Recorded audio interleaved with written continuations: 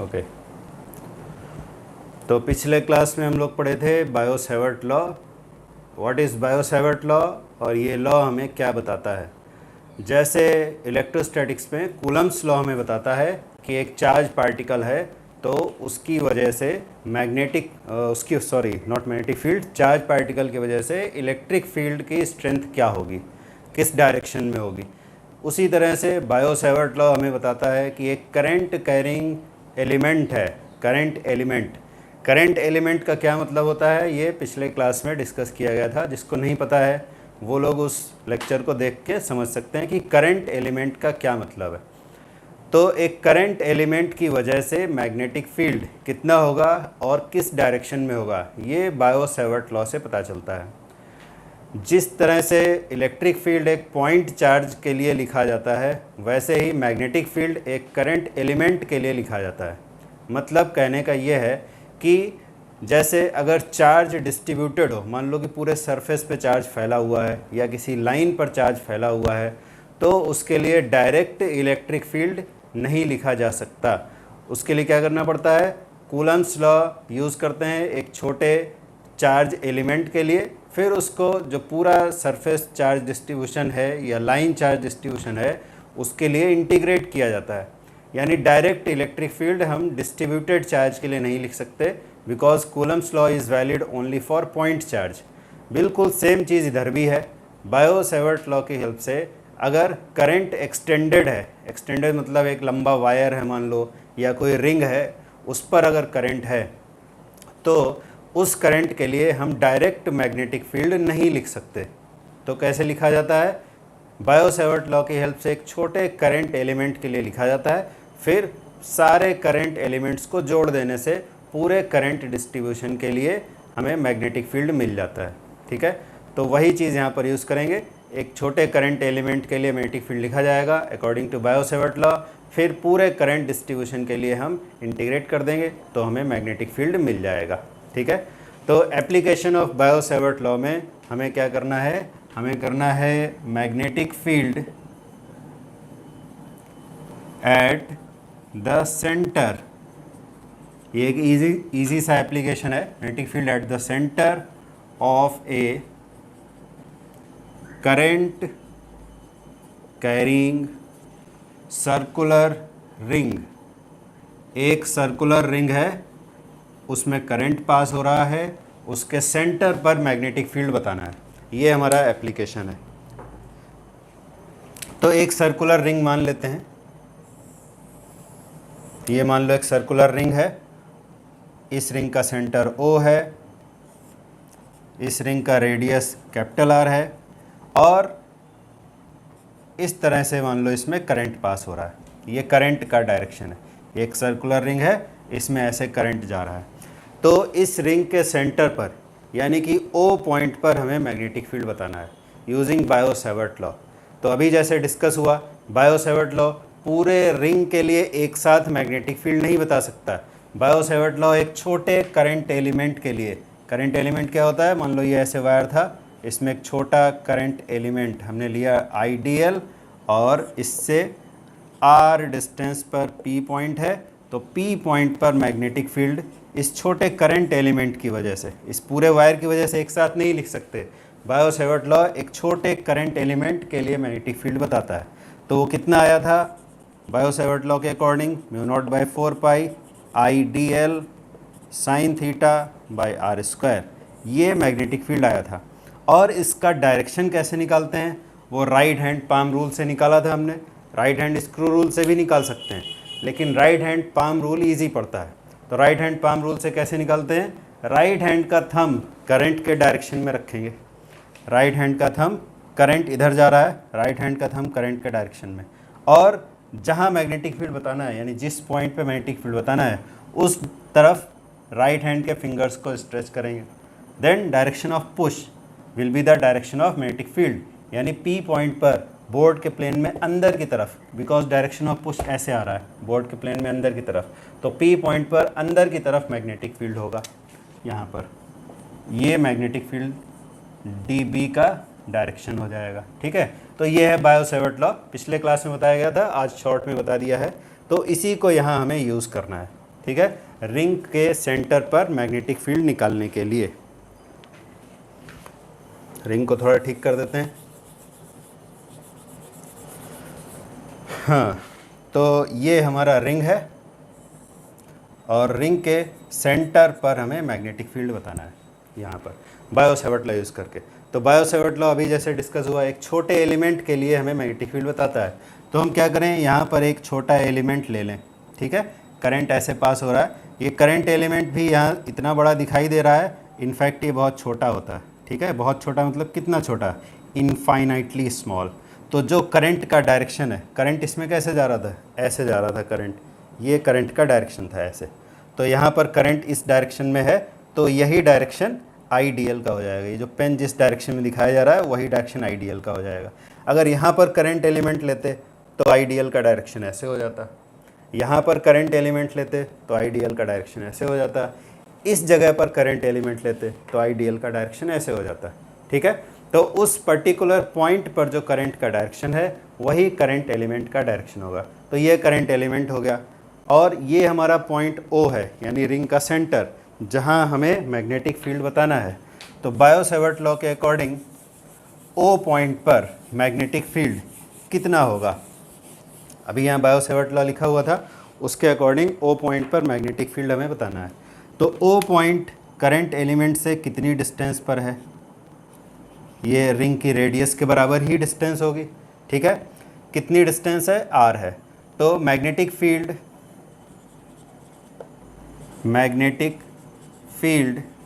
Eight point O due to current element I D L की वजह से P point पर, सॉरी ओ पॉइंट पर मैग्नेटिक फील्ड कितना होगा, ये हमारा करंट एलिमेंट है आईडीएल। तो मैग्नेटिक फील्ड कितना होगा ओ पॉइंट पर बायो-सैवर्ट लॉ के अकॉर्डिंग, डी बी, वेक्टर नहीं लगाते हैं, बाद में डायरेक्शन देखेंगे, D B equal to mu naught by 4 pi I D L sign theta by R square. Theta कौन सा एंगल होता है, बायो-सैवर्ट लॉ में डिस्कस हुआ था, theta is the angle between the directions of IDL vector and R vector. R vector means IDL से उस point की तरफ जाने वाला वेक्टर जहां मैग्नेटिक फील्ड बताना है। तो आईडीएल वेक्टर ये रहा और आर वेक्टर कौन सा होगा, ओ पॉइंट की तरफ जो वेक्टर जा रहा है, यानी ये जैसे मार्कर रखा हुआ है। तो आईडीएल सर्कमफेरेंस के अलोंग है और ये जो आर वेक्टर है ये रेडियस के अलोंग है। तो छोटे क्लासेस में पढ़ा था ज्योमेट्री में, बहुत आसान बात है कि सर्कमफेरेंस पर अगर टेंजेंट बनाया जाएगा तो वो रेडियल लाइन के साथ 90 डिग्री पर होगा, ठीक है। यानी इस केस में जो आईडीएल है और आर वेक्टर है, ये आर वेक्टर था हमारा ऐसे, ये आर वेक्टर था, आर वेक्टर और आईडीएल वेक्टर के बीच एंगल है 90 डिग्री। तो बायो-सैवर्ट लॉ में जो यहाँ थीटा लिखा हुआ है वो कौन सा एंगल होता है, आईडीएल वेक्टर और आर वेक्टर के बीच का एंगल, यानी कि थीटा यहाँ पर हो जाएगा कितना, 90 डिग्री, या π/2 भी लिख सकते हैं, ठीक है। तो साइन π/2 की वैल्यू हो जाती है 1, तो यहाँ मिल जाता है mu naught by 4 pi, 4 pi मिल गई, सो जाओ, साइन π/2 हो गया 1। तो डी बी यानी magnetic field at point O due to this current element इतना आ गया, mu naught by 4 pi I D L by R square, ठीक है। अब दूसरे करंट एलिमेंट्स अगर लिए जाएं, ये तो एक करंट एलिमेंट था, ऐसा ही करंट एलिमेंट अगर हम कहीं और लेते तो मैग्नेटिक फील्ड क्या होता और किस डायरेक्शन में होता। मान लो कि हम एक करंट एलिमेंट यहाँ पर ले लेते हैं इस पॉइंट पर, ठीक है, इतने ही साइज़ का करंट एलिमेंट यहाँ ले लिया, आईडीएल पॉइंट, आईडीएल साइज़ का यहाँ पर ले लिया, ये हमारा करंट एलिमेंट हो गया। इस करंट एलिमेंट के लिए ओ पॉइंट पर अगर लिखा जाए मैग्नेटिक फील्ड तो देखो क्या आएगा, करंट एलिमेंट उतना ही बड़ा है, आईडीएल डिस्टेंस उतना ही है आर, तो फिर mu naught by 4 pi IDL by R square, sine π/2 इसमें भी होगा क्योंकि ये टेंजेंट के अलॉन्ग है और ये रेडियस है, तो same to same magnetic field आ गया। यानी कि तुम कहीं पर भी आईडीएल लेंथ का करंट एलिमेंट लोगे, मान लो यहाँ पर लिया इस जगह पर, तो भी उसके लिए मैग्नेटिक फील्ड ओ पॉइंट पर इतना ही आएगा। इट मीन्स इस सर्कुलर रिंग के किसी भी पॉइंट पर करंट एलिमेंट लिया जाए, magnetic field will be the same, ये मैग्नेटिक फील्ड सेम, मतलब उसका मैग्नीट्यूड सेम आया, लेकिन अब इसमें डायरेक्शन भी होता है, तो डायरेक्शन भी देख लिया जाए। इस पॉइंट के लिए, इस पॉइंट पर जो करंट एलिमेंट है उसका मैग्नेटिक फील्ड ओ पॉइंट पर इतना होगा, लेकिन किस डायरेक्शन में होगा ये राइट हैंड पाम रूल से पता चलेगा। करंट एलिमेंट के डायरेक्शन में थंब को रखा, फिंगर्स को उस पॉइंट की तरफ, ओ पॉइंट की तरफ जिधर हमें मैग्नेटिक फील्ड बताना है, तो डायरेक्शन ऑफ पुश किधर आया, बोर्ड के प्लेन से बाहर की तरफ, ऐसे, ठीक है। This will be the direction of magnetic field due to this current element. IDL की वजह से मैग्नेटिक फील्ड का जो डायरेक्शन है वो हमने राइट हैंड पाम रूल से निकाला। कैसे, फिर से रिवाइज कर देते हैं। करंट के डायरेक्शन में, ये करंट इधर है, करंट के डायरेक्शन में राइट हैंड का thumb, fingers towards that point where magnetic field is to be calculated, then direction of push will be the direction of magnetic field, यानी बोर्ड के प्लेन से बाहर निकलता हुआ मैग्नेटिक फील्ड होगा। ये पेन जैसे अभी रखा है, ये मैग्नेटिक फील्ड का डायरेक्शन होगा। कौन से करंट एलिमेंट के लिए, इस वाले के लिए। इसी तरह से यहाँ जो करंट एलिमेंट है इसके लिए ओ पॉइंट पर मैग्नेटिक फील्ड निकालो, तो फिंगर्स उस पॉइंट की तरफ जहाँ मैग्नेटिक फील्ड बताना है, और थंब करंट एलिमेंट के डायरेक्शन में, तो डायरेक्शन ऑफ पुश, यानी इस करंट एलिमेंट का मैग्नेटिक फील्ड भी इसी डायरेक्शन में आया। यहाँ जो करंट एलिमेंट है इसके लिए भी देख लेते हैं। राइट हैंड का थंब करंट के डायरेक्शन में, और फिंगर्स किधर, जिधर मैग्नेटिक फील्ड बताना है, तो डायरेक्शन ऑफ पुश फिर से इधर आ गया। यानी कि कहीं पर भी हम करंट एलिमेंट लें, सबके लिए मैग्नेटिक फील्ड इसी डायरेक्शन में आ रहा है, बोर्ड के प्लेन के नॉर्मली आउटवर्ड आ रहा है। इट मीन्स सारे जो डीबी मैग्नेटिक फील्ड हैं, डीबी मैग्नेटिक फील्ड क्या थे, हर एक करंट एलिमेंट का मैग्नेटिक फील्ड डीबी था, और सब सेम डायरेक्शन में आ रहे हैं। तो जब सारे मैग्नेटिक फील्ड सेम डायरेक्शन में आ रहे हैं तो उनका रिजल्टेंट क्या हो जाएगा, इन सारे डीबीज़ का सम हो जाएगा। ये वाला, इसका डीबी इधर, इसका डीबी भी इधर, इसका डीबी भी इधर, सारे करंट एलिमेंट्स का डीबी एक ही डायरेक्शन में आ रहा है। तो इसलिए ओ पॉइंट पर जो नेट मैग्नेटिक फील्ड होगा वो इन सारे डीबीज़ का सम होगा, ठीक है। Therefore net magnetic field at the point O point पर मैग्नेटिक फील्ड क्या होगा, जब हम सम करते हैं, जब डिस्क्रीट वैल्यूज़ होती हैं, डिस्क्रीट वैल्यूज़ मीन्स जिन वैल्यूज़ को हम सेपरेटली देख सकते हैं, ठीक है। मान लो B1 B2 B3 ऐसे होता है मैग्नेटिक फील्ड, तो हम उनको सम कर देते हैं, B1 + B2 + B3 + B4, क्योंकि सब एक डायरेक्शन में थे। लेकिन यहाँ पर कंटिन्यूअस है, आइडियल यहाँ हमने एक बनाया, यहाँ एक बनाया, बट यहाँ से यहाँ तक हज़ारों आइडियल होंगे, बिकॉज आइडियल बहुत ही छोटे साइज़ का है, इनफाइनेटली स्मॉल है। तो कंटिन्यूअसली आइडियल बहुत सारे हैं, ये कुछ हमने बना लिए बस समझने के लिए। तो यहाँ मैग्नेटिक फील्ड की डीबी वैल्यूज़ जो होंगी वो भी कंटिन्यूअस होंगी। तो जब कंटिन्यूअस वैल्यूज़ होती है तो हम सम करने की बजाय इंटीग्रेशन करते हैं, तो किसका इंटीग्रेशन हो जाएगा, DB. Integration is also a type of sum. जब वैल्यूज़ कंटिन्यूअस होते हैं, डिस्क्रीट नहीं होते हैं, तो हम इंटीग्रेशन करते हैं। तो डीबी को इंटीग्रेट करेंगे, सारे डीबीज़ को एक साइड में आ रहे हैं तो सब जुड़ जाएंगे, इंटीग्रेशन ऑफ डीबी हो जाएगा। और इंटीग्रेशन में जो चीज़ें कांस्टेंट होती हैं या अनचेंज्ड उनको कॉमन लिया जाता है। μ0/4 पाई, ये कॉमन आ गया, μ0/4 पाई। करंट, हर करंट एलिमेंट के लिए करंट सेम है तो करंट भी कॉमन आ गया। आर क्या चीज़ था, आर होता है करंट एलिमेंट से ओ पॉइंट का डिस्टेंस। तो इस केस में कोई भी करंट एलिमेंट लो, सबके लिए जो आर डिस्टेंस है वो इस रिंग के रेडियस के बराबर है। तो यहाँ पर हम कैपिटल आर भी लिख सकते हैं। तो कैपिटल आर भी सब जगह सेम है, वो भी कॉमन आ गया। तो अंदर में क्या बचा, अंदर बचा केवल डीएल। इंटीग्रेशन में सब कॉमन आ गया, सब अनचेंज्ड रहता है, केवल डीएल बचा इस केस में। डीएल क्या चीज़ था, डीएल था small length element of this ring. इस रिंग का एक छोटा सा टुकड़ा था डीएल, और इंटीग्रेशन का मतलब होता है डीएल को जोड़ना। तो सारे रिंग के अगर छोटे छोटे टुकड़ों को तुम जोड़ दोगे तो क्या आ जाएगा, तो आ जाएगा इस रिंग का सरकमफेरेंस। तो इस रिंग का सरकमफेरेंस कितना होगा, इस रिंग का रेडियस r है तो इसका सरकमफेरेंस कितना हो जाएगा, 2πr, यानी कि dl का इंटीग्रेशन हो जाएगा 2πr। तो 2πr यहाँ पर हम लिख देंगे तो क्या आ जाएगा, तो आ जाएगा b = μ0/4π I by R square, और डी एल का इंटीग्रेशन हो गया 2 पाई आर। ठीक है, तो magnetic field at the centre of the ring यानी कि एट पॉइंट ओ, यहाँ से एक आर की एक पावर डिवाइड कर दो और ये 2 पाई को यहाँ डिवाइड कर दो, तो आ जाएगा mu naught I by 2 R. ये बहुत ही इम्पॉर्टेंट एक्सप्रेशन है, आगे न्यूमेरिकल्स होंगे कुछ, उनमें ये काम आएगा। ठीक है, तो B equal to mu naught I by 2 R, ये आ गया magnetic field at the centre of a circular current carrying ring. ठीक है, और डायरेक्शन, मैग्नेटिक फील्ड जब भी बताएंगे साथ में उसका डायरेक्शन भी बताना पड़ेगा, विदाउट डायरेक्शन मैग्नेटिक फील्ड की वैल्यू बताने का कोई मतलब नहीं है।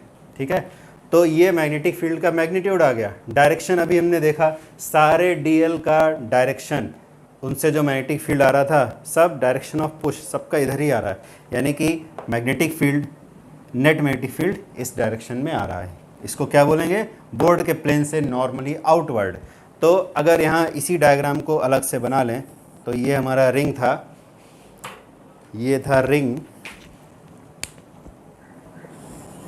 ये रिंग है और ये ऐसे करंट है। इसके सेंटर पर हमने मैग्नेटिक फील्ड निकाला जो कि आ रहा है बोर्ड के प्लेन से नॉर्मली आउटवर्ड, तो नॉर्मली आउटवर्ड होगा तो ऐसे बनाया जाएगा। ठीक है, ये बी का डायरेक्शन है। तो अगर रिंग में एक सर्कुलर टर्न है तो इसका मैग्नेटिक फील्ड ऐसे आया बाहर की तरफ। इस बात को अगर पलट दिया जाए, करंट अगर उल्टा हो जाता है, ऐसे हो जाता है करंट, यहाँ जैसे करंट दिया गया है एंटी क्लॉकवाइज, अगर करंट हो जाता क्लॉकवाइज तो क्या होता, तो फिर ये जो करंट एलिमेंट है इसका डायरेक्शन इस तरफ हो जाता, ऐसे हो जाता। अगर करंट इस रिंग में उल्टा होता, जैसा अभी है उसका अपोजिट होता है ऐसे, तो ये सारे करंट एलिमेंट इस तरफ हो जाते, ये वाला करंट एलिमेंट इस तरफ हो जाता ऐसे, ये करंट भी ऐसे हो जाता।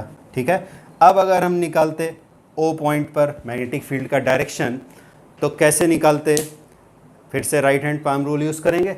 करंट के डायरेक्शन में थंब और फिंगर्स इस पॉइंट की तरफ, जिधर मैग्नेटिक फील्ड बताना है, तो डायरेक्शन ऑफ पुश किधर आएगा, अंदर की तरफ आएगा। ठीक है, यहाँ पर अगर लेते करंट एलिमेंट, इसका डायरेक्शन ऑफ करंट इधर है, तो इसमें भी राइट हैंड रूल लगाया तो फिर डायरेक्शन ऑफ पुश अंदर की तरफ आया। यहाँ पर मान लो ले लिया हमने इस जगह पर करंट एलिमेंट, तो ऐसे डायरेक्शन होगा। ठीक है, इसके लिए अगर हम निकालते तो करंट के डायरेक्शन में थंब और फिंगर्स ओ पॉइंट की तरफ, तो डायरेक्शन ऑफ पुश अंदर की तरफ आया, यानी सारे करंट एलिमेंट्स के लिए डायरेक्शन ऑफ पुश यानी डायरेक्शन ऑफ मैग्नेटिक फील्ड अंदर की तरफ आ जाता। तो इन शॉर्ट, अगर करंट होता क्लॉकवाइज तो मैग्नेटिक फील्ड सेंटर पर आता अंदर की तरफ, तो अंदर की तरफ जाने वाला मैग्नेटिक फील्ड इस तरह से दिखाया जाता है, क्रॉस।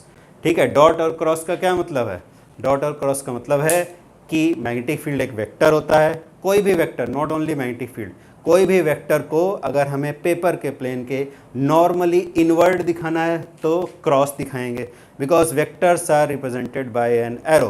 तो क्रॉस का मतलब है एरो का टेल दिखाई दे रहा है, और अगर नॉर्मली आउटवर्ड दिखाना है तो एरो का टिप दिखाई देगा, तो वो ऐसे होगा। ठीक है, तो इन शॉर्ट तुम क्या याद कर लोगे कि करंट अगर एंटी क्लॉकवाइज है तो मैग्नेटिक फील्ड नॉर्मली आउटवर्ड होगा, और करंट अगर क्लॉकवाइज है तो मैग्नेटिक फील्ड नॉर्मली इनवर्ड होगा। ठीक है, याद हो जाएगा।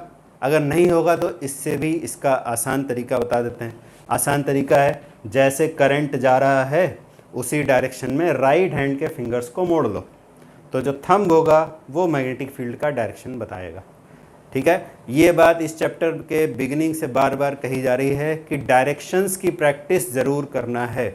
अगर डायरेक्शंस की प्रैक्टिस नहीं करोगे, अभी यहाँ पर देखो कितने सारे रूल्स बता दिए गए, right hand thumb rule, left hand Fleming's left hand rule, फिर पाम रूल, और फिर अभी ये और एक आ गया।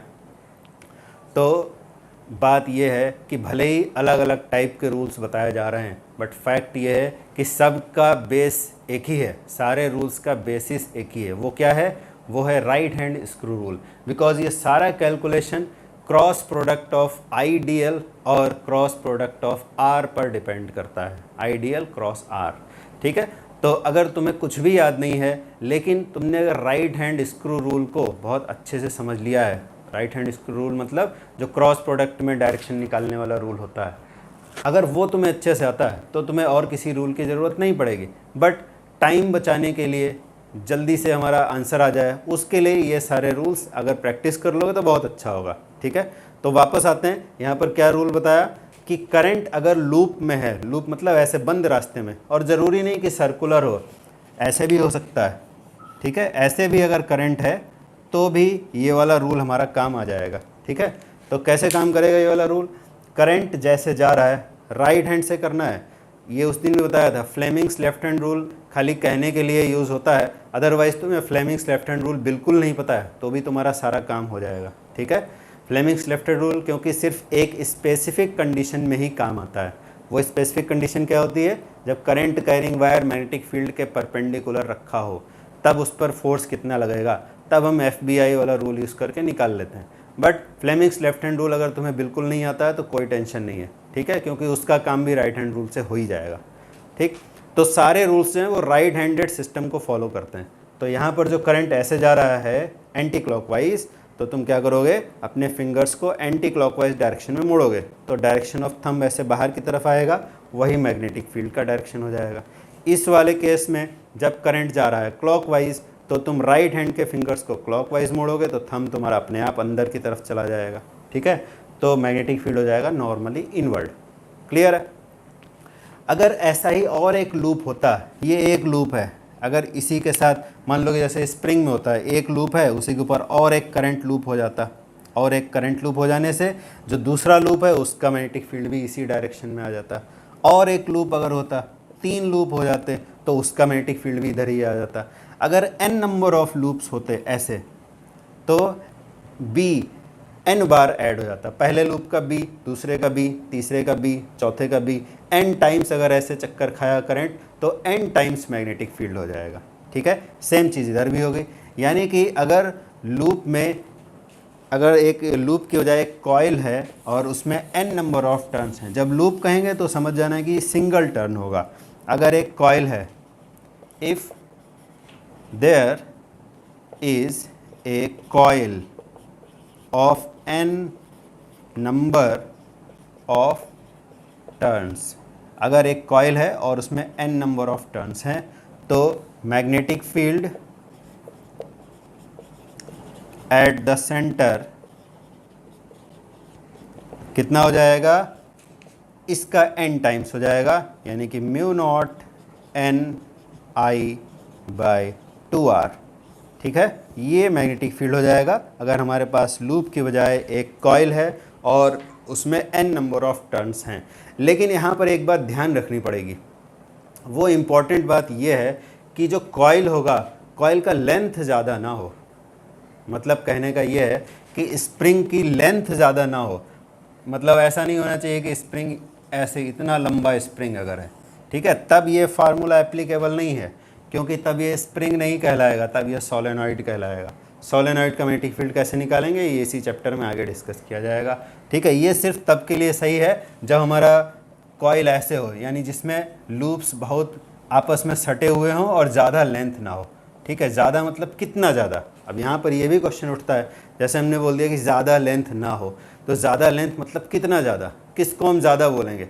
तो यहाँ पर सीधा सा आंसर है कि जो लूप का रेडियस है, स्प्रिंग में मान लो कि यहाँ पे स्प्रिंग बनाया हमने और स्प्रिंग हमारा मान लो बना 5 सेंटीमीटर का, सपोज़ 5 सेंटीमीटर स्प्रिंग की लेंथ है।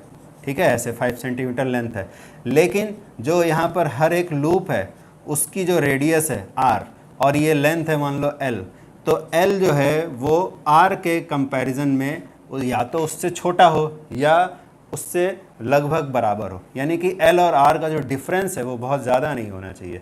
ठीक है, यानी l must be less than और इक्वल टू r। ठीक है, लेंथ ज़्यादा नहीं होनी चाहिए रेडियस के कंपैरिजन में, तब हम ये वाला फार्मूला यूज़ कर सकते हैं। अगर लेंथ रेडियस के कंपैरिजन में ज़्यादा है तो वो सोलेनॉइड हो जाएगा, वो कॉइल नहीं रहेगा। क्लियर? तो ये एक बायो-सेवर्ट लॉ का एप्लीकेशन हुआ। इसमें हमने क्या किया कि करंट कैरिंग सर्कुलर रिंग के सेंटर पे मैग्नेटिक फील्ड निकाला। और एक इम्पॉर्टेंट एप्लीकेशन है जो इसी का एक्सटेंडेड वर्जन है, यानी कि करंट कैरिंग सर्कुलर रिंग के लिए ही है, लेकिन वो सेंटर पे नहीं, वो एक्सिस के किसी पॉइंट पर मैग्नेटिक फील्ड निकालने को कहता है। तो एक्सिस का मतलब क्या होता है? सर्कुलर रिंग का एक्सिस। एक्सिस का मतलब है कि जो सर्कुलर रिंग का सेंटर है वहाँ से एक लाइन पास हो और वो उस रिंग के प्लेन के परपेंडिकुलर भी हो, normal to the plane of the ring हो। तो इसके लिए, इसको समझने के लिए हमने एक जुगाड़ बनाया है, तो कोशिश करो इससे समझने की, ठीक है। जैसे अब ये तुम्हें एक डिस्क दिखाई देगा, ये एक डिस्क है बट तुम इसको रिंग मान लो। रिंग और डिस्क में क्या अंतर होता है? ये बीच वाली जगह खाली होती है, बस तुम ये मान लो इसका सरकमफेरेंस है, तो ये रिंग हो जाएगा, ठीक है। और ये जो पेंसिल को हमने ऐसे इसमें चिपका दिया है, यही इस रिंग का एक्सिस है, ये इस रिंग का एक्सिस है, ठीक है। तो ये वाला जो एप्लीकेशन हमें करना है, इसमें बोला जा रहा है कि एक्सिस के किसी पॉइंट पर मैग्नेटिक फील्ड बताओ। तो ये हमारा एक करंट कैरिंग रिंग है, ऐसे इसमें करंट जा रहा है और ये इसका एक्सिस है। एक्सिस के किसी पॉइंट पर, यानी कि मान लो ये पेंसिल का जो टिप है, यहाँ पर हमें मैग्नेटिक फील्ड बताना है, ठीक है। पहले हमने कहाँ बताया था? यहीं पे, इसी जगह पे, सेंटर पे। अभी सेंटर से कुछ डिस्टेंस पर, यहाँ एक्सिस पर एक पॉइंट है, यहाँ हमें मैग्नेटिक फील्ड बताना है, ठीक है। तो हम डायग्राम में इसको इस तरह से बनाएंगे, इस तरह से इसको रखेंगे हम, तो तुम्हें रिंग का एक साइड ऐसे दिखाई देगा, ये साइड दिखाई देगा, ठीक है, और ये एक्सिस ऐसे दिखाई देगा। यहाँ पेंसिल के टिप पर हमें मैग्नेटिक फील्ड बताना है और करंट यहाँ पर है, ठीक। तो करंट अगर हमने बनाया इस तरह से, मतलब यहाँ ऊपर वाली जगह में करंट तुम्हें बाहर निकलते हुए दिखाई देगी और नीचे वाली जगह में करंट अंदर की तरफ जाते हुए दिखाई देगी। देख लो, फिर से समझ लो, करंट अगर ऐसे बनाया, ऐसे, तो यहाँ ऊपर वाले पॉइंट पे करंट बाहर की तरफ दिखेगी, ये फिंगर दिख रहा है ना, फिंगर का टिप बाहर की तरफ, करंट ऐसे आ रहा है और ऐसे गया, ऐसे घूम के इधर चला गया अंदर की तरफ। तो ऊपर वाले पॉइंट पर करंट बाहर निकलती हुई दिखेगी और इस नीचे वाले पॉइंट पर करंट अंदर जाते हुए दिखेगी। इस डेरिवेशन में डायग्राम समझना ही मेन बात है। इसका कैलकुलेशन बहुत ईजी है, बहुत ईजी कैलकुलेशन है, बट डायग्राम समझना ही मेन बात है, इसलिए इस पर ध्यान देना। तो हम जो यहाँ बोर्ड पे रिंग बनाएंगे, वो ऐसे इसका साइड तुम्हें दिखाई देगा, साइड व्यू दिखेगा रिंग का, और ये एक्सिस दिखाई देगा, ठीक है।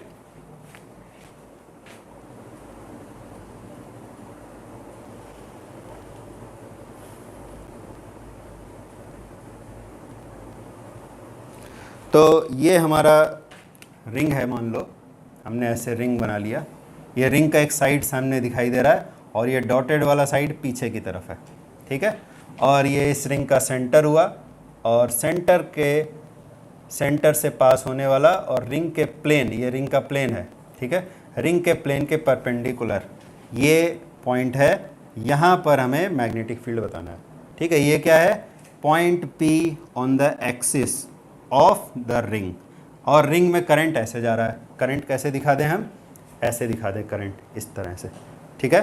तो ये करंट जा रहा है इसमें, ये करंट है। तो अभी जैसे डिस्कस किया, ऊपर वाले पॉइंट पे करंट तुम्हें बाहर निकलते हुए दिखाई देगा ऐसे, और यहाँ अंदर वाले पॉइंट, नीचे वाले पॉइंट पे ऐसे अंदर की तरफ जाता दिखाई देगा, ठीक है। तो और ये रिंग का सेंटर हो गया और ये रिंग का रेडियस हो गया capital R। This is radius of the ring. तो पहले वाले जो एप्लीकेशन था उसमें हमने मैग्नेटिक फील्ड कहाँ निकाला था? इस पॉइंट पे निकाला था, बट हम इस पॉइंट पे अब नहीं निकाल रहे हैं, अब हम रिंग के सेंटर से कुछ डिस्टेंस पर, यहाँ P पॉइंट है, यहाँ पर निकाल रहे हैं, ठीक है। तो ये जो डिस्टेंस है, ये डिस्टेंस को मान लेते हैं x डिस्टेंस पर हमें निकालना है, क्लियर। तो बायो सेवर्ट लॉ यूज़ करेंगे। यहाँ भी पूरे रिंग के लिए एक साथ मैग्नेटिक फील्ड नहीं लिखा जा सकता, बिल्कुल वैसे ही जैसे कूलम्स लॉ की हेल्प से पूरे करंट कैरिंग वायर के लिए इलेक्ट्रिक फील्ड नहीं लिख सकते, वैसे ही यहाँ मैग्नेटिक फील्ड नहीं लिख सकते। तो बायो सेवर्ट लॉ यूज़ करेंगे। बायो सेवर्ट लॉ क्या है? एक स्मॉल करंट एलिमेंट लो इस रिंग में कहीं पर, उसके लिए P पॉइंट पर मैग्नेटिक फील्ड लिखो, फिर डायरेक्शन देखो, अगर सारे करंट एलिमेंट्स का डायरेक्शन एक ही तरफ आ रहा है तो सारे ऐड हो जाएंगे, ठीक है। सेम चीज़ यहाँ पर करना है। तो हम क्या करते हैं कि यहाँ पर एक करंट एलिमेंट ले लिया हमने, IDL, ये करंट एलिमेंट ले लिया। करंट एलिमेंट से P पॉइंट पर मैग्नेटिक फील्ड कितना होगा? तो इस करंट एलिमेंट से P पॉइंट को ज्वाइन किया जाए, ये हमने ज्वाइन कर दिया, ठीक है। अब क्या करना है? बायो सेवर्ट लॉ के अकॉर्डिंग P पॉइंट पर मैग्नेटिक फील्ड लिखना है। बहुत इजी काम है, आराम से लिख जाएगा। Magnetic field at point P due to current element at point A, इसको हम ए पॉइंट मान लेते हैं। ए पॉइंट पे जो करंट एलिमेंट है उसकी वजह से पी पॉइंट पर मैग्नेटिक फील्ड कितना होगा।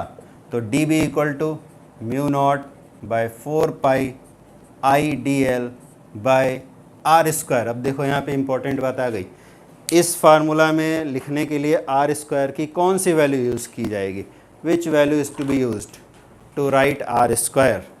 आर स्क्वायर बायो-सेवर्ट लॉ के अकॉर्डिंग जो आर स्क्वायर में आर है वो कौन सा डिस्टेंस होता है, which distance is R square. तो कौन सी डिस्टेंस आर होती है, करंट एलिमेंट से पॉइंट पी का जो डिस्टेंस है वो डिस्टेंस होता है आर। तो इस डायग्राम में अगर देखें तो आर डिस्टेंस का मतलब है एपी डिस्टेंस, जो एपी डिस्टेंस है वो आर होगा। ठीक है, ये देखो ये करंट एलिमेंट है और ये हमारा पी पॉइंट है, तो ये वाली जो डिस्टेंस है यही फार्मूला में आर स्क्वायर की जगह लेगी, यानी कि ये हो जाएगा हमारा एपी, यहाँ एपी स्क्वायर।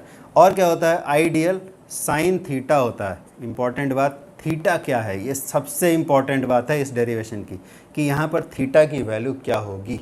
ठीक है, तो थीटा की वैल्यू क्या होगी, ज़रा डायग्राम को बहुत ध्यान से समझो। और अभी जो हमने एक रिंग और पेंसिल का जो जुगाड़ बनाया था उससे समझाया था, उसको याद करो।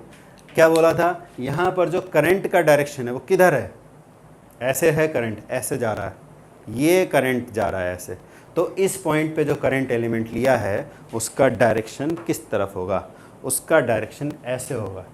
देखो आई बात समझ में, ये बोर्ड के प्लेन से बाहर की तरफ ये करंट का डायरेक्शन होगा। ये पेन हमने ऐसे लिया और ऐसे रखा बोर्ड के प्लेन से बाहर की तरफ, तो ए पॉइंट पे जो मैग्नेटिक फील्ड है वो इस तरफ है, sorry current element not magnetic field, ये करंट एलिमेंट का डायरेक्शन है, ये पी पॉइंट है। बायो-सेवर्ट लॉ के अकॉर्डिंग ये अगर डायग्राम को देखें तो ये जो आइडियल है, आइडियल इस तरह से है और पी पॉइंट उस तरफ है।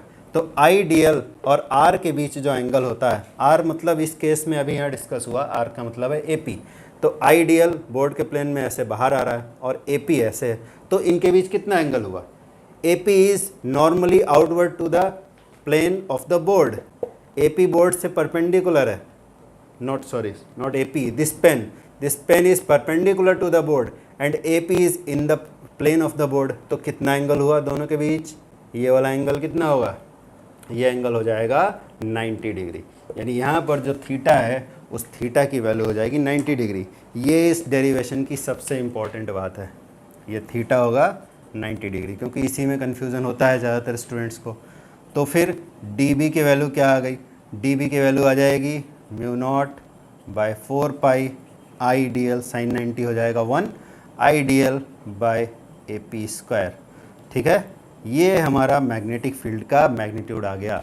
This is magnetic field at point P due to current element I D L. ठीक है, तो ये तो हो गया मैग्नीट्यूड। अब डायरेक्शन देखो, दूसरी इंपॉर्टेंट बात डायरेक्शन, बस इसके बाद काम आसान है, बस यही दो चीज़ें मेन थी, ये वाला थीटा और अब इस डी बी का डायरेक्शन।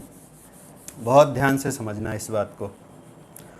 ठीक है, तो बायो-सेवर्ट लॉ क्या बोलता था कि करंट के डायरेक्शन में राइट हैंड का थंब रखेंगे और फिंगर्स उस पॉइंट की तरफ जिधर मैग्नेटिक फील्ड बताना है, then direction of push will be the direction of magnetic field. ठीक है, चलो देखो इधर अभी बताया करंट एलिमेंट किधर है, बोर्ड के प्लेन से बाहर की तरफ, तो राइट हैंड का थंब करंट एलिमेंट के डायरेक्शन में रखा, ये थंब है बोर्ड के प्लेन से बाहर की तरफ रखा, and fingers towards that point हमारा कौन सा था, पी पर मैग्नेटिक फील्ड बताना था, तो fingers towards that point, then direction of push will be the direction of magnetic field. तो डायरेक्शन ऑफ पुश कैसे आएगा, ऐसे आएगा। ठीक है, यानी जो हमारे फिंगर्स हैं, फिंगर्स के परपेंडिकुलर डायरेक्शन में मैग्नेटिक फील्ड का डायरेक्शन आएगा। और फिंगर्स को हमने रखा किसके अलोंग था, एपी के अलोंग, यानी एपी के परपेंडिकुलर डायरेक्शन में मैग्नेटिक फील्ड आएगा, सी क्लियर। तो पी पॉइंट पर ये जो डीबी था इसका डायरेक्शन किधर आएगा, एपी के परपेंडिकुलर। यही बात सबसे इंपॉर्टेंट है इस डेरिवेशन में। ठीक है, तो कैसे बनाओगे, एपी के परपेंडिकुलर, ये मैग्नेटिक फील्ड का डायरेक्शन हो गया।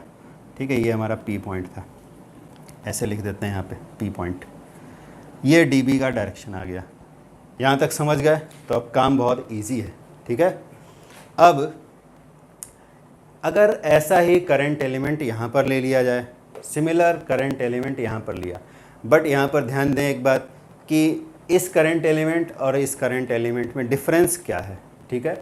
यहाँ जो करंट एलिमेंट है, अभी बताया गया था करंट कैसे जा रहा था, ऐसे जा रहा था करंट, ऐसे।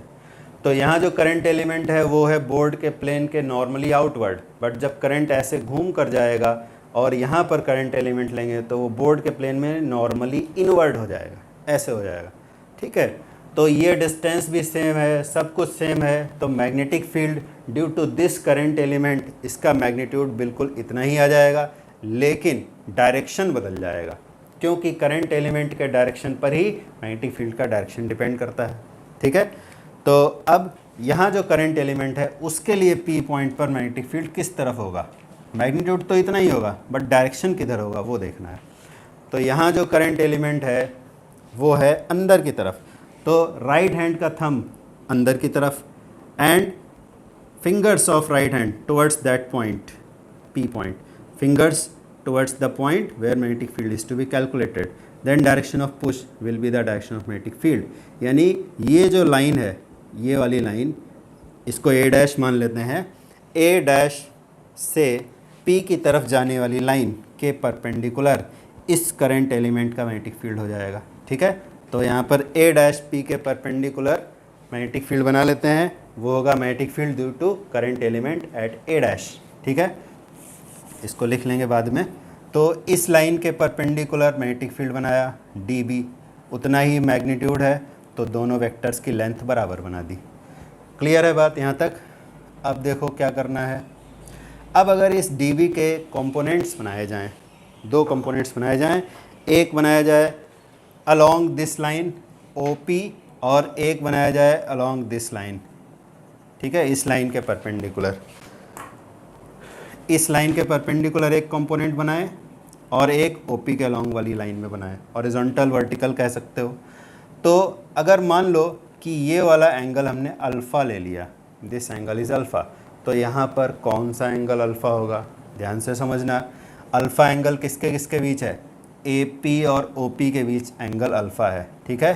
AP and OP have angle alpha, AP और OP के बीच अल्फ़ा एंगल है।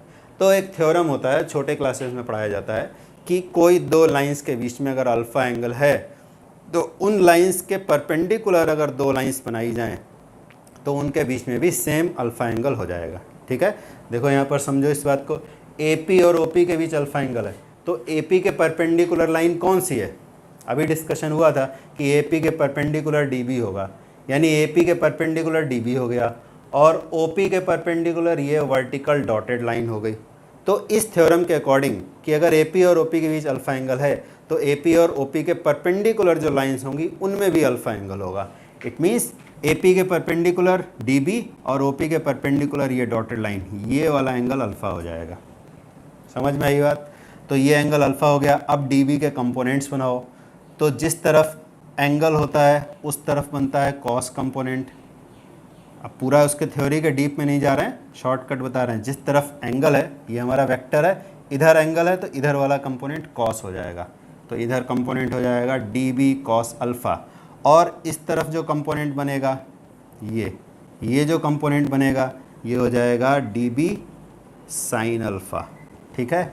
सिमिलरली इस DB के लिए भी ये एंगल भी अल्फ़ा होगा, क्योंकि ये यहाँ पर आइसोसेलेस ट्रायंगल बन रहा है, तो ये वाला एंगल भी अल्फ़ा होगा। DB का इस तरफ जो कंपोनेंट आएगा वो कितना होगा, वो हो जाएगा DB कॉस अल्फ़ा, और इस तरफ जो कंपोनेंट आएगा इस वाले DB का वो भी DB साइन अल्फ़ा होगा और इस तरफ आ जाएगा, ठीक है।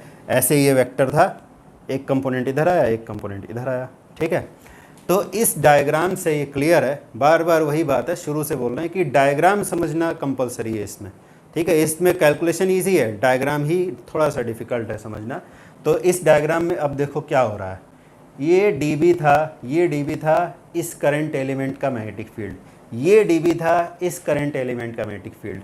फिर हमने DB के कंपोनेंट्स बनाए, तो क्या हुआ, इन दोनों मैग्नेटिक फील्ड्स के कॉस कंपोनेंट एक दूसरे का अपोजिट आ गए। देखो इसका इधर आया DB कॉस अल्फ़ा, इसका इधर आया डी बी कॉस अल्फ़ा।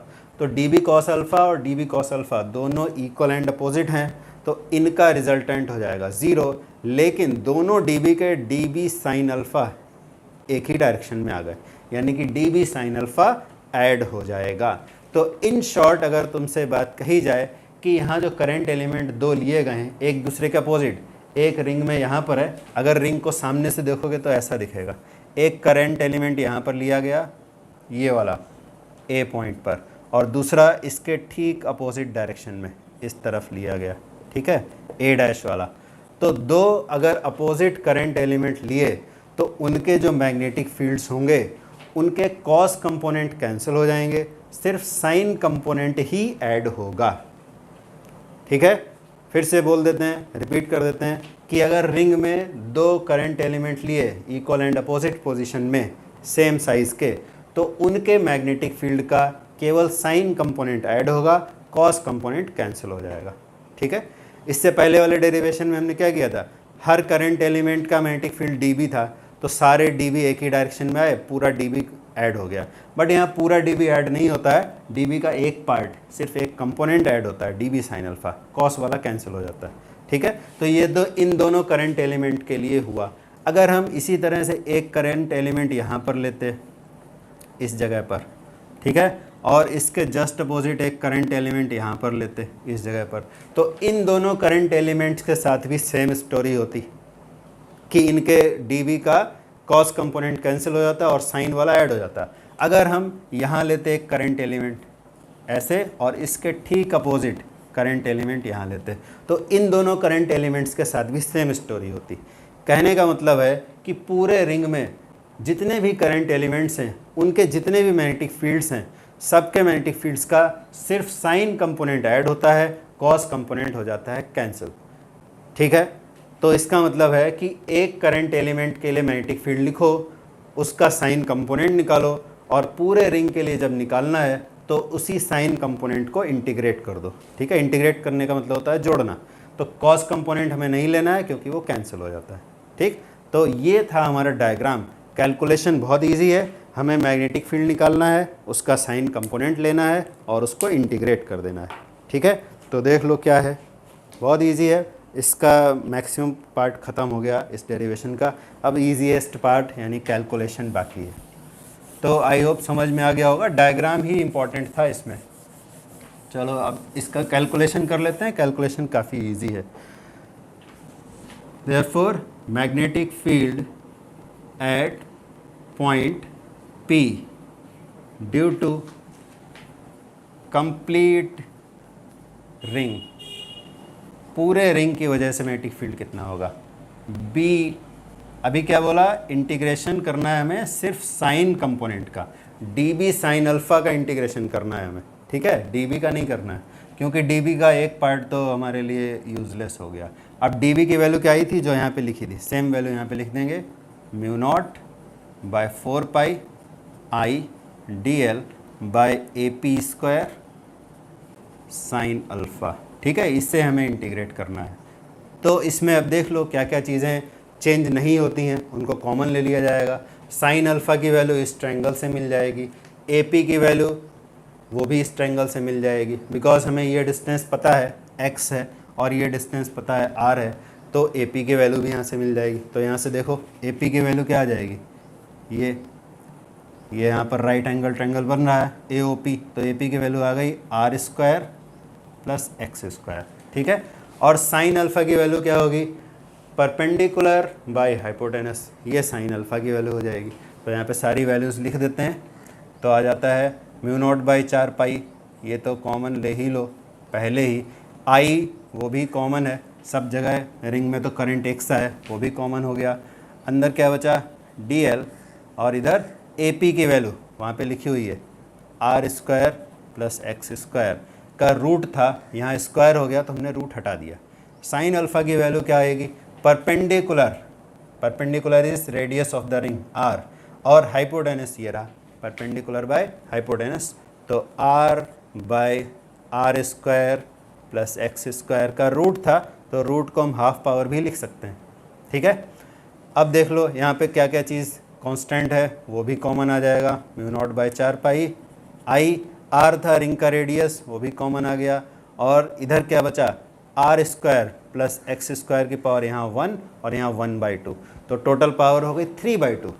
तो R square plus X square में आर तो है रिंग का रेडियस और एक्स वो डिस्टेंस है जहाँ पर पी पॉइंट है, यानी जहाँ मैग्नेटिक फील्ड बताना है, तो ये भी गिवन रहेगा, तो एक्स भी कांस्टेंट है। यानी कि अंदर में क्या बचा, सब कुछ तो कॉमन ही आ गया, R square plus X square to the power 3/2, और अंदर बचा सिर्फ ये डी एल। और डी एल क्या चीज़ था, यहाँ पर देखो ऐसे बना देते हैं वरना सब मिक्स हो जाएगा आपस में। हाँ, तो डी एल क्या चीज़ था, जल्दी से सोचो, mu naught by 4 pi I R और R square plus X square power 3/2। D L क्या चीज़ था, डी एल था सर्कुलर करंट कैरिंग लूप का एक एलिमेंट था। एलिमेंट माने लेंथ का छोटा सा टुकड़ा। तो अगर डी एल था इस सर्कुलर लूप का एक छोटा सा टुकड़ा, तो इंटीग्रेशन ऑफ डी एल का मतलब हुआ इस सर्कुलर रिंग के सारे D L D L D L D L D L सारे डी एल को जोड़ दो। तो सारे डी एल को जोड़ देने से क्या आ जाएगा, हाँ वेरी गुड, सही बोले, तो इस रिंग का सर्कमफेरेंस आ जाएगा। और इस रिंग का सर्कमफेरेंस क्या होगा, 2 पाई आर। ठीक है, तो अब देख लो, एक आर यहाँ पे था, एक आर यहाँ पे, 2 पाई यहाँ पे और 4 पाई यहाँ पड़ी हुई है। तो 4 पाई में सोना तो है नहीं, तो सोना नहीं है तो इसको काट दो। ठीक है, तो क्या आ जाएगा, म्यू नॉट आई और आर स्क्वायर, और इधर क्या बच गया 2, और यहाँ पर R square plus X square to the power 3/2। ये हमारा फाइनल एक्सप्रेशन आ गया। तो देख लो, कैलकुलेशन डिफ़िकल्ट नहीं है, बस हमें इतना पहचानना था कि डीबी को इंटीग्रेट नहीं करना है, डीबी साइन अल्फ़ा को इंटीग्रेट करना है। फिर देखो सबकी वैल्यू डाली, सब कुछ कॉमन आ गया, इंटीग्रेशन में सिर्फ डीएल बचा। तो ये डेरिवेशन में जो डिफ़िकल्ट पार्ट है वो ये बताने में है कि डीबी को इंटीग्रेट नहीं करना है, डीबी साइन अल्फ़ा को करना है, और वो इस डायग्राम से आता है। तो डायग्राम समझना डिफ़िकल्ट है, कैलकुलेशन बहुत इजी है, खाली डीएल को इंटीग्रेट किया 2 पाई आर आ गया, काम खत्म। ठीक, तो ये क्या है, इस फार्मूला को समझ लो अब ढंग से। Mu naught I R square, I है रिंग में करंट, आर है रिंग का रेडियस, और एक्स क्या चीज़ है, सबसे इंपॉर्टेंट इसमें एक्स ही है। एक्स क्या है, सेंटर से एक्सिस पर, ये एक्सिस था इसका, ओपी इज एक्सिस, एक्सिस पर सेंटर से वो पॉइंट कितनी दूर है जहाँ मैग्नेटिक फील्ड बताना है, वो एक्स है। ठीक है, तो इसी फार्मूला को, ये एक जनरल फार्मूला है, एक्सिस के किसी भी पॉइंट पे मैग्नेटिक फील्ड बताना है तो यहाँ एक्स की वैल्यू डाल दो, आ जाएगा। तो अब इसमें ऐसा बोल सकते हैं कि भाई जो सेंटर था ना वो भी तो एक्सिस पर ही है, देखो ओपी लाइन पर ही सेंटर भी आ रहा है। सिर्फ डिफरेंस क्या हो जाएगा, अगर पी पॉइंट, अगर हमें बोला जाता है कि सेंटर पे मैग्नेटिक फील्ड बताओ, यानी कि पी पॉइंट वहीं होता जहाँ ओ पॉइंट है, तो अगर पी पॉइंट वहीं होता जहाँ ओ है तो एक्स की वैल्यू क्या हो जाती, तो सिंपल बात है, एक्स की वैल्यू 0 हो जाती। एट सेंटर एक्स हो जाता है 0, तो यहाँ पे x = 0 लिख देते, तो मैग्नेटिक फील्ड क्या आ जाता, mu naught I R square, यहाँ x 0 कर दिया तो हुआ आर स्क्वायर की पावर 3/2, तो क्या बच जाएगा आर क्यूब, तो यहाँ बचेगा 2r³, तो r की ये पावर सब डिवाइड हो गई, यह आ गया mu naught I by 2r। तो देखो ये बिल्कुल उतना ही आ गया जितना हमने पिछले वाले एप्लीकेशन में किया था, सेंटर पे जो मैग्नेटिक फील्ड निकाला था बिल्कुल उतना ही आ गया, mu naught I by 2r। मतलब ये वाला जो डेरिवेशन था हमारा एक्सिस के किसी पॉइंट वाला, ये ही जनरल केस है। ठीक है, जो सेंटर पे निकाला था हमने वो इजी तो था, उसमें हमें इतना झंझट नहीं करना पड़ा, लेकिन वो जनरल केस नहीं था, वो सेंटर पे यानी किसी एक पर्टिकुलर पॉइंट पे ही था। ठीक है, बट फिर भी तुम्हें बताते हैं एग्ज़ाम पॉइंट ऑफ व्यू से, अगर आए कि सेंटर पे मैग्नेटिक फील्ड बताओ, सर्कुलर करंट कैरिंग रिंग के सेंटर पे मैग्नेटिक फील्ड, ठीक है, और 2 मार्क्स में आए तो वही वाला मेथड करना जो पहले बताया गया था। और अगर यही क्वेश्चन आ जाए 3 मार्क्स में तो क्या करना, तो ये वाला मेथड करना, पूरा इस एक्सप्रेशन को निकालना और बाद में कह देना कि सेंटर पे x 0 होगा तो इतना आएगा, रिजल्ट सेम आएगा, बट क्योंकि मार्क्स ज़्यादा होंगे, वेटेज ज़्यादा मिल रहा है हमें, तो इसलिए ये वाला जनरल वाला केस करेंगे, बाद में x को 0 कर देंगे। ठीक है, तो आई होप ये समझ में आ गया होगा। इस एप्लीकेशन में सबसे इम्पॉर्टेंट बात है डायग्राम को समझना, ठीक, और डायग्राम में भी इम्पॉर्टेंट बात है डायरेक्शन निकालना। तो ये बात इस चैप्टर में और इसके बाद जो चैप्टर आएगा उस पर बहुत ही ज़्यादा इम्पॉर्टेंट है। क्या? डायरेक्शंस निकालना, मैग्नेटिक फील्ड का डायरेक्शन, करंट का डायरेक्शन। और अगर मिस कर जाओ तो कोई प्रॉब्लम नहीं है, वीडियो तो अवेलेबल है ही यूट्यूब में, इसको एक बार दो बार जितने बार चाहो उतने बार देखो, लेकिन डायरेक्शंस की प्रैक्टिस ज़रूर करना है, ठीक है? क्योंकि इस चैप्टर में और इसके बाद वाले चैप्टर्स में मैग्नेटिक फील्ड और करंट के डायरेक्शन को लेके तुम्हें बहुत कन्फ्यूज़न हो सकता है। अगर प्रैक्टिस नहीं की तो ऐसा ही होगा, बट अगर प्रैक्टिस कर लोगे तो बहुत ईजी होगा, बिकॉज जो भी क्वेश्चन सॉल्व करोगे उनमें मैग्नेटिक फील्ड बता दिया तो काम पूरा नहीं माना जाएगा जब तक तुम डायरेक्शन नहीं बताओगे। फिर इसके आगे जो चैप्टर होगा इलेक्ट्रोमैग्नेटिक इंडक्शन, वो तो मतलब डायरेक्शन के बिना तुम पढ़ ही नहीं सकते। अगर डायरेक्शन सही नहीं निकाला तो पढ़ना पॉसिबल नहीं होगा, ठीक है? इसलिए डायरेक्शन निकालने की प्रैक्टिस बहुत अच्छे से कर लेना। क्लियर? तो आज ये लेक्चर यहीं पे ख़त्म। फिर नेक्स्ट क्लास में हम पढ़ेंगे amperes circuital law, very important topic, ठीक है? अटेंडेंस हो गया?